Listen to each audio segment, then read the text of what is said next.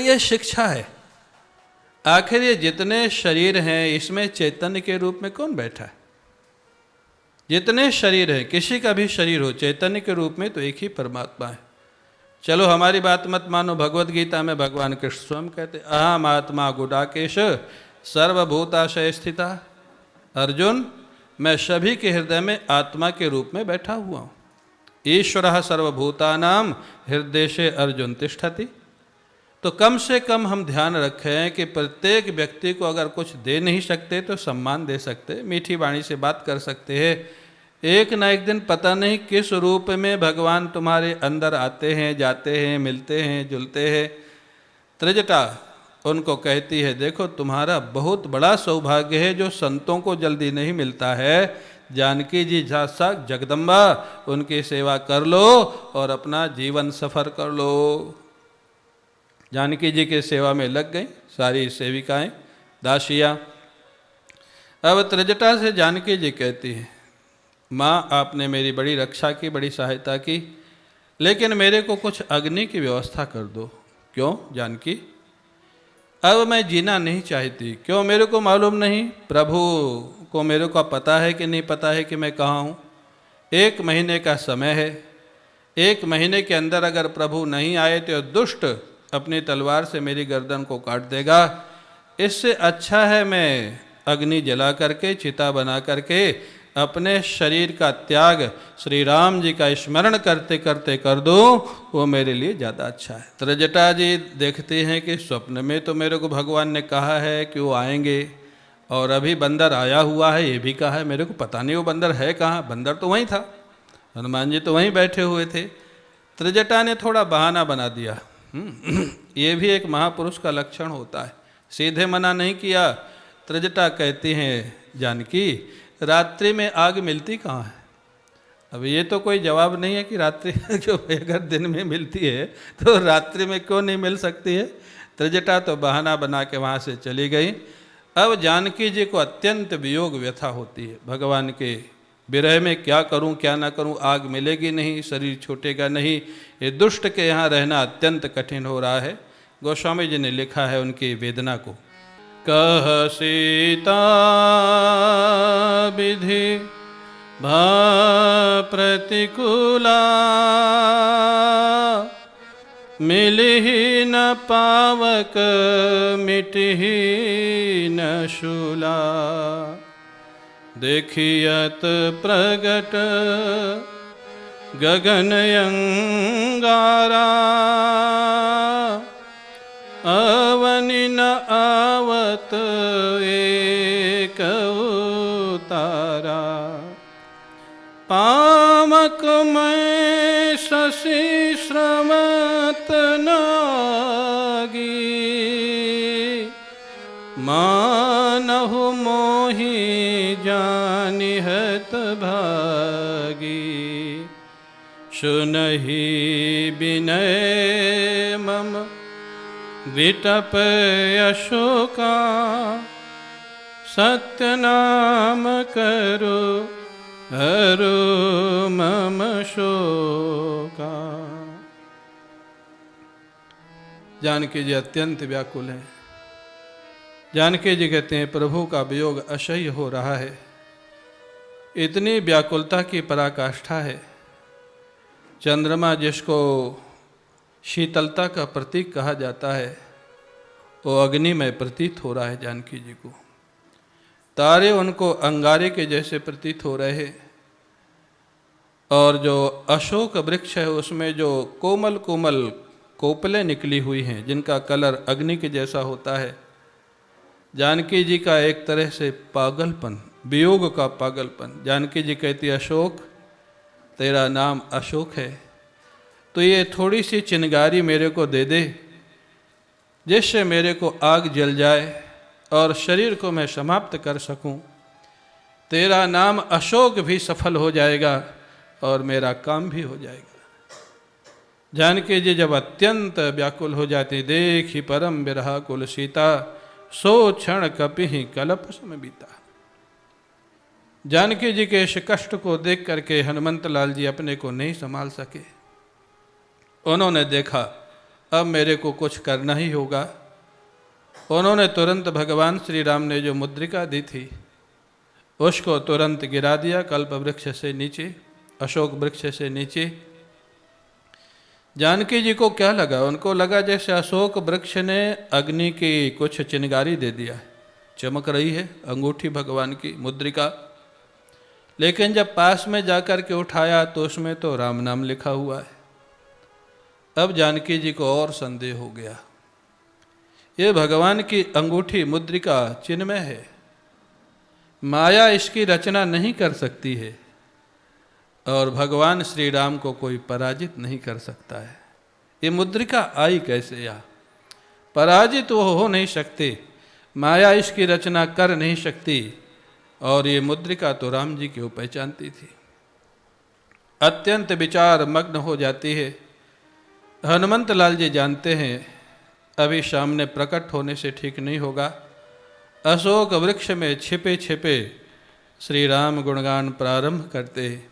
गोस्वामी जी महाराज ने लिखा है, रामचंद्र गुण बरनय लागा, रामचंद्र गुण बरनय लागा, सुनतहि सीता कर दुख भागा, सुनतहि सीता कर दुख भागा, लगी सुनय श्रवण मन लाई, लगी सुनय श्रवण मन लाई, आदि होते सब कथा सुनाई, आदि होते सब कथा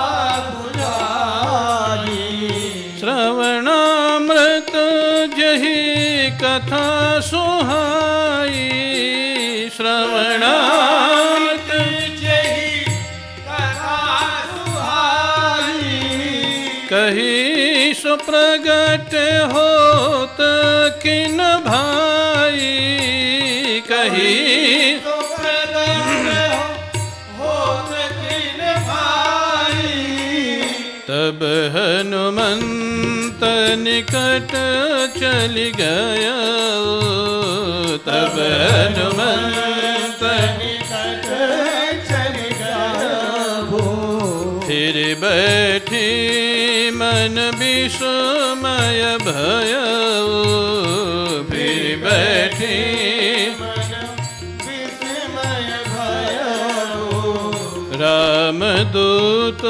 मैं मातु जाने की, रामदूत मैं मात जाने की, सत्य शपथ करुणा निधान की, सत्य शपथ करुणा निधान की। हनुमंत लाल जी जानते हैं जानकी जी के कष्ट को दूर करने का एक ही उपाय है श्री राम कथा। भगवान की कथा, भगवान का गुणानुवाद हनुमंत लाल जी करने लग जाते हैं। सुनतहि सीता कर दुख भागा, भगवान की कथा प्रारंभ हुई, जानकी जी का दुख भाग गया, समाप्त हो गया। ये नहीं लिखा, शब्दों का चयन भी भगवान शंकर की कृपा से रामचरितमानस की रचना हुई है। हनुमंत लाल जी ने सहयोग किया है। शब्द एक एक शब्द यहाँ अपनी अपनी कीमत रखता है। सुनतहि सीता कर दुख भागा, दुख भाग गया, समाप्त नहीं हुआ। जैसे आप यहाँ कथा सुनते हैं, कुछ समय के लिए घर भूल जाता है, समस्याएं भूल जाती हैं, दुख भाग गया, लेकिन बाहर जाने के बाद अगर भक्त जीवन नहीं है तो वापस आ जाती है। सुनतहि सीता कर दुख भागा, और क्यों भागा? हनुमंत लाल जी तो हनुमंत लाल जी क्या कहना, भगवान शंकर के अवतार। उन्होंने कथा प्रारंभ कहाँ से किया? आदि हुते सब कथा सुनाई। आदि, कथा की आदि कौन सी है भाई? जानकी जी का राम जी का सबसे पहले जहाँ मिलन हुआ है वो जानकी जी के लिए राम कथा का आदि है। कहाँ मिलन हुआ था? पुष्प वाटिका में। पुष्प वाटिका से वर्णन प्रारंभ किया हनुमंत लाल, आदिहुते सब कथा सुनाई। और जानकी जी तो ऐसे महाराज भाव विभोर, हनुमंत लाल जी जैसा वक्ता और जानकी जी जैसा श्रोता, क्या कहना है। एक ही वक्ता था, एक ही श्रोता था, लेकिन कथा कितनी देर चली? कम से कम 1-2 घंटा कथा चली होगी। हनुमंत लाल जी बोलते जा रहे, जानकी जी सुनती जा रही है। जहाँ 4 प्रेमी बैठ जाएं, भगवान के प्रेमी, मैं हमेशा कहता हूँ श्रोता अधिक हो वो अच्छी बात है, श्रोता कितने हैं इससे ज़्यादा महत्वपूर्ण है श्रोता कैसे है। श्रोता अगर भगवान का प्रेमी है, भगवान का भक्त है, तो वक्ता को, हमको तो भाई उसी में आनंद आता है, रस आता है। भगवान का प्रेमी श्रोता हो। अब अगर कोई फ्रंट लाइन में बैठ के ही मोबाइल देखता रहे, ऐसे श्रोता से तो हम कथा नहीं कर पाते। हमको तो कई बार बोलना पड़ता, भाई या तो कथा सुन लो, मोबाइल चलाना तो हाल के बाहर चले जाओ। तो आप सोचें, एक ही श्रोता, एक ही वक्ता है। हनुमंत लाल जी वक्ता है, जानकी जी श्रोता है। 2 घंटे तक कथा चली, सारी कथा सुना दी। आदिहुते पुष्प वाटिका का इतना सुंदर वर्णन किया धनुष यज्ञ का हनुमंत लाल जी ने। हमारे गुरुदेव कहते हैं जानकी जी का मन अशोक वाटिका को तो छोड़ दिया, पुष्प वाटिका में पहुंच गया। यह है कथा की खासियत। कथा जब चल रही हो तो आपके सामने एक उसका दृश्य चले, एक झांकी चले, ऐसा लगे कि हम यहाँ दिल्ली के एक स्कूल के हाल में नहीं बैठे, हम वहीं बैठे हैं जहाँ कथा हो रही, जहाँ की कथा हो रही। हाँ, वो कथा हृदय तक स्पर्श करती है। अब महाराज सारी कथा सुनाई। जानकी जी का दुख तो भाग गया, कुछ समय के लिए चला गया।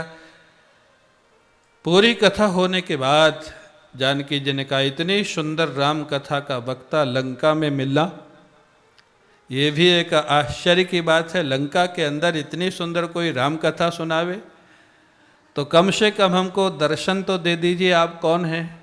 इस लंका की सुरक्षा के बीच में आप आए कैसे? और यहाँ इतनी देर से कथा सुन रहे हैं। माहौल तो त्रिजटा ने बना दिया था, सारी राक्षसियाँ भी सुन रही बैठ के, जानकी जी सुन रही है। हनुमंत लाल जी फिर वही छोटा सा जो स्वरूप था, वो महाराज अशोक वाटिका में वृक्ष से कूद करके सामने आ गए, हाथ जोड़ करके खड़े हो गए। जानकी जी को लगा ये भी कोई रावण की चाल है, इसके बहकाने में मैं नहीं आई, धमकाने में नहीं आई, तो शायद अब ये राम जी की कथा सुना के मेरे को अपनी तरफ मोड़ना चाहता है।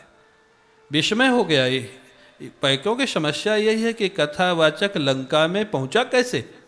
इतनी सुरक्षा को भेद करके वहाँ कथावाचक, और 2 घंटा तक कथा सुनाया, कोई मना ही नहीं किया। वो सोचे रावण वेश बदल करके आया है, राम कथा के बहाने मेरे को अपनी ओर मोड़ना चाहता है। वो जानती है राम कथा मेरी कमजोरी है, पीछे को बैठ गई, देख ही नहीं रही। और ये बात राम जी जानते थे कि हनुमान जी जब पहली बार मिलेंगे, क्योंकि बानर शरीर, मनुष्य शरीर भी नहीं है, तो जानकी जी ये कैसे विश्वास करेंगी कि ये श्री राम जी का सेवक है? ठीक है, मुद्रिका लाए हैं। रावण अगर साधु का वेश बना सकता है तो कथावाचक भी बन सकता है, वो मुद्रिका भी कुछ कुछ कर सकता है। बड़ी सारी मायावी शक्तियाँ उसके साथ थी।